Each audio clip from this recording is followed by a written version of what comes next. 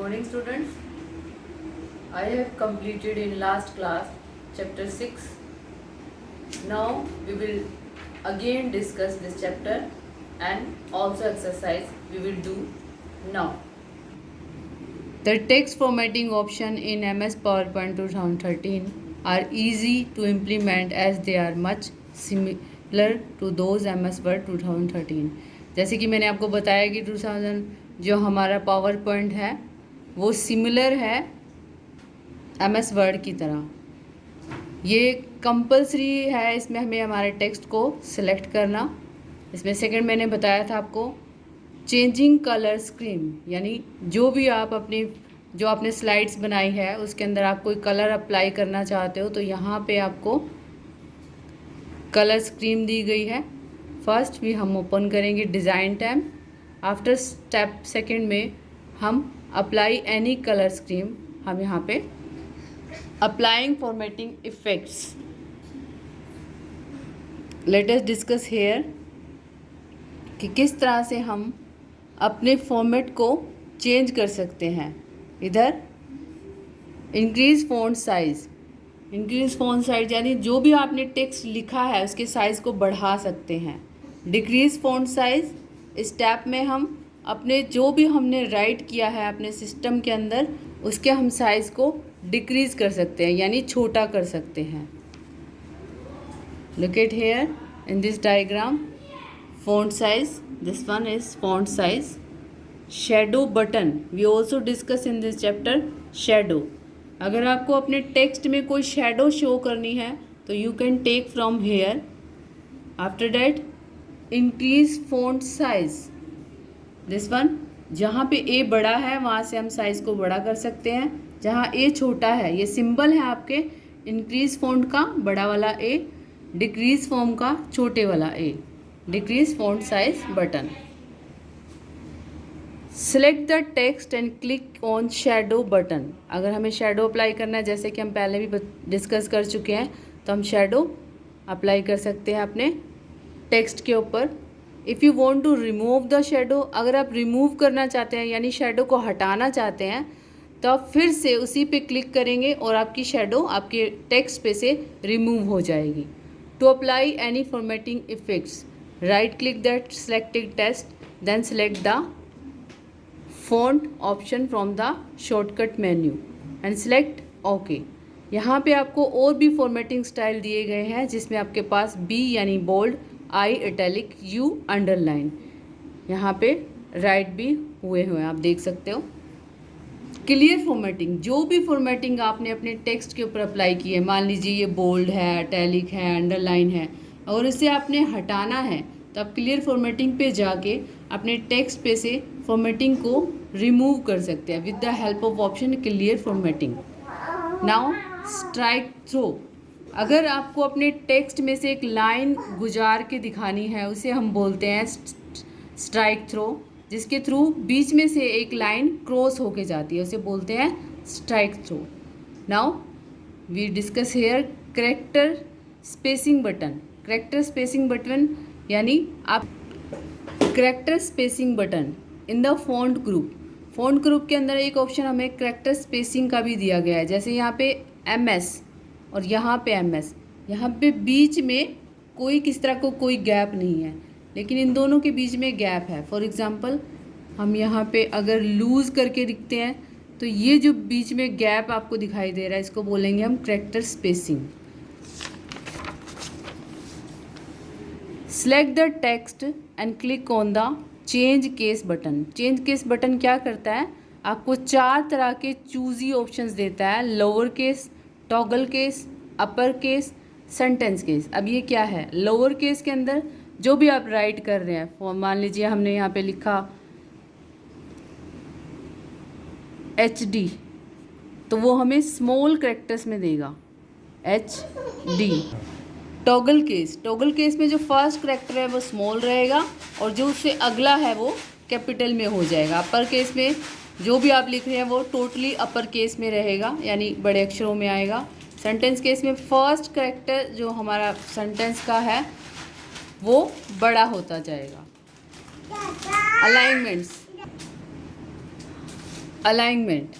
Alignment refers to the placement of text in a slide. There are 4 types of alignment. यहाँ पे हमारे पास 4 तरह के alignment दिए गए हैं. Left alignment, right alignment, centre alignment and justify alignment. जैसे कि आपको मैं पहले भी बता चुकी हूँ, जो भी हम राइट करते हैं, अगर हमें उसे लेफ़्ट में शिफ्ट करना है then we will use left. अगर राइट में राइट अलाइनमेंट, सेंटर में यूज़ करना है तो सेंटर अलाइनमेंट यूज़ करके हम अपने टेक्स्ट को मिड में या हेडिंग को या पैराग्राफ को हम सेंटर में रख सकते हैं. Justify between left and right margins को इवनली टेक्स्ट अलाइन करता है. स्टेप मैं आपको पहले बता चुकी हूँ. We will now we come here applying indents. Indent features move a paragraph or the first line to specific number of places from the right or left margins. इसमें हम अपने पैराग्राफ को मूव करा सकते हैं as your requirement, left, right, mid. तो ये आपके मूविंग के लिए यूज़ होता है इंडेंट. ये भी आपको मैं बता चुकी हूँ. यहाँ पे मैंने एग्जांपल देके बताया था कि किस तरह से हम सिलेक्ट करेंगे पैराग्राफ को इंडेंट करते हुए. Then select the indent marker. This one is the indent marker. Third step, first line indent marker. जहाँ पे आपको ये दिखाया गया है कि किस तरह से आपका टेक्स्ट है वो शो हो रहा है. Now we will do exercise. First A part, write true or false. You cannot apply alignment in document of MS PowerPoint 2013. ये बात फॉल्स है कि हम अलाइनमेंट अप्लाई नहीं कर सकते 2013 के अंदर. जैसे कि आप चैप्टर में पढ़ चुके हैं तो ये फॉल्स है, उसमें हम कर सकते हैं. You can not apply change the colour scheme on the slides. हम कलर स्कीम लगा सकते हैं, ये भी हमारा फॉल्स है. Most of the buttons in the font group are toggle on off buttons. It's a true. You cannot apply special effects to the text MS PowerPoint 2013. ऐसा नहीं है कि हम 2013 के अंदर स्पेशल इफ़ेक्ट नहीं दे सकते, तो ये बात भी फॉल्स है. The indent feature is use to clear a paragraph. जो मैंने आपको बताया था कि क्लियर फॉर्मेटिंग है वो क्लियर करती है, लेकिन इंडेंट क्या करता है, मूव करता है. तो it is not a true, it's a false. Say fill in the blanks with the help of clue box. Clue box के अंदर आपको हेल्प दिया गया है, उनकी सहायता से हम अपने बॉक्सेस को फिल करेंगे. First, dash align the text evenly between left and right margins. जैसे कि मैंने पहले भी डिस्कस कर चुके हैं. इवनली जब हमें टेक्स्ट को अलाइन कराना है लेफ़्ट एंड राइट के अंदर, तब जस्टिफाई का हम यूज़ करके वर्क करते हैं.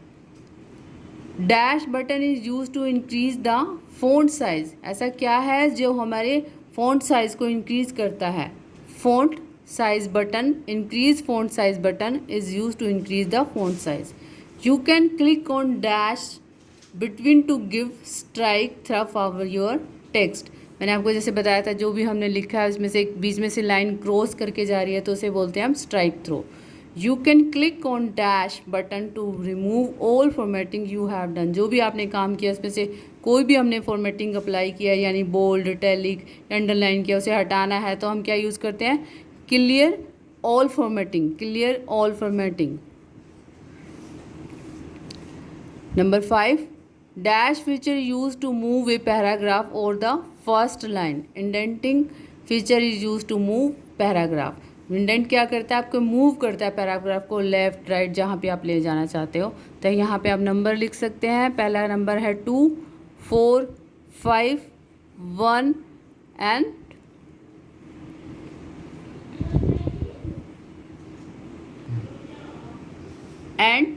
3.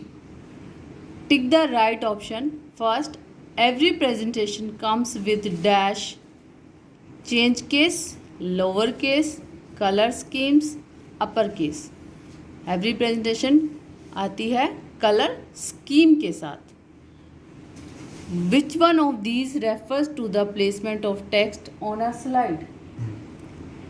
अलाइनमेंट है जो प्लेसमेंट ऑफ टेक्स्ट को स्लाइड पे रेफर करता है.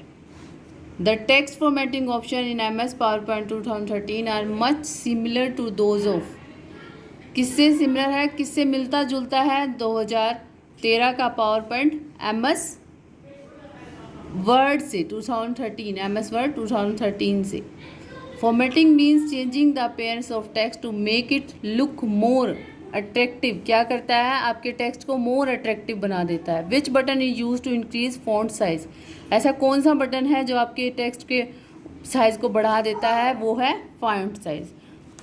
सो today we have discuss chapter 6 and also exercise